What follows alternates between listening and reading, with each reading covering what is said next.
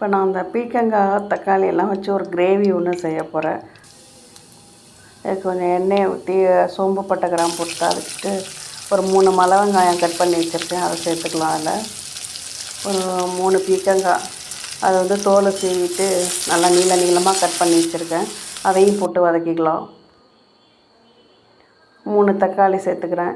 பீர்க்கங்காய் வந்து ரொம்பவே நல்லது. சுகர் பேஷண்ட்ஸ் எல்லாம் வாரத்தில் ஒரு 3 நாள் நல்லா சேர்த்துக்கிட்டாக்கா நல்லா இன்சுலின்லாம் நல்லா சுரக்கும். நல்லா இந்த ஸ்கின் டிசீஸ் இதற்கெல்லாம் ரொம்பவே நல்லது. நிறைய விட்டமின்ஸ் எல்லாம் அதில் இருக்குது.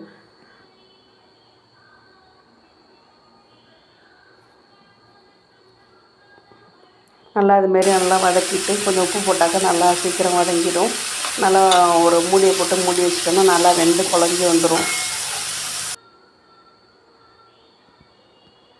இதுமாரி செஞ்சு கொடுத்தீங்கன்னா பீர்க்கங்காய் பிடிக்காதவங்களும் நல்லாவே சாப்பிடுவாங்க. நல்லா அதுமாரி வெந்தோடனே ஒரு ஸ்பூன் இஞ்சி பூண்டு பேஸ்ட்டு சேர்த்துக்கலாம். சேர்த்துட்டு ஒரு ஸ்பூன் மஞ்சள்தூள், ஒரு 2 பச்சை மிளகா, சின்ன ஸ்பூனில் ஒரு ஸ்பூன் மிளகாத்தூள் சேர்த்துக்கலாம்.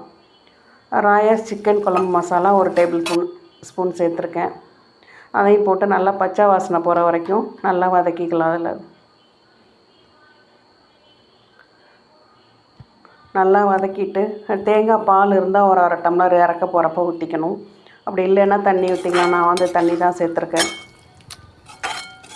இது வந்து சப்பாத்தி கூட இட்லி தோசைக்கும் நல்லாயிருக்கும். சாதத்தில் கூட போட்டு சாப்பிட்லாம். முட்டை ஆம்லெட்டோ வடவமோ வச்சு சாப்பிட்டாக்கா ரொம்பவே நல்லாயிருக்கும். நான் வந்து இப்போ கேழ்வரகு ரொட்டி, முருங்கைக்கீரை, வெங்காயம் இதெல்லாம் போட்டு முருங்கைக்கீரை ரொட்டி செஞ்சு வச்சுருக்கேன். அதுக்கு வந்து சைட் டிஷ்ஷாக பண்ணியிருக்கேன். அது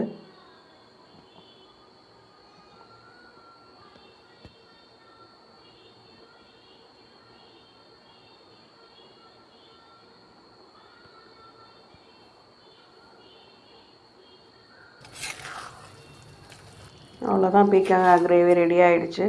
இந்த ரொட்டி கூட வச்சு சாப்பிட்றப்போ ரொம்பவே நல்லா இருந்தது.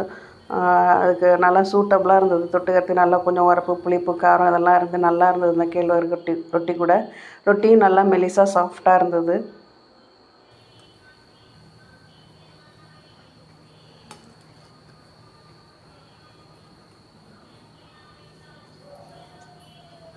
நல்லா ஹெல்த்தியான பிரேக்ஃபாஸ்ட்டாக இருந்துச்சு இது. இந்த வீடியோ பிடிச்சவங்க லைக் பண்ணுங்கள், ஷேர் பண்ணுங்கள், சப்ஸ்கிரைப் பண்ணுங்கள். வீட்டில் செஞ்சு பார்த்துட்டு எப்படி இருந்துச்சுன்னு சொல்லுங்கள்.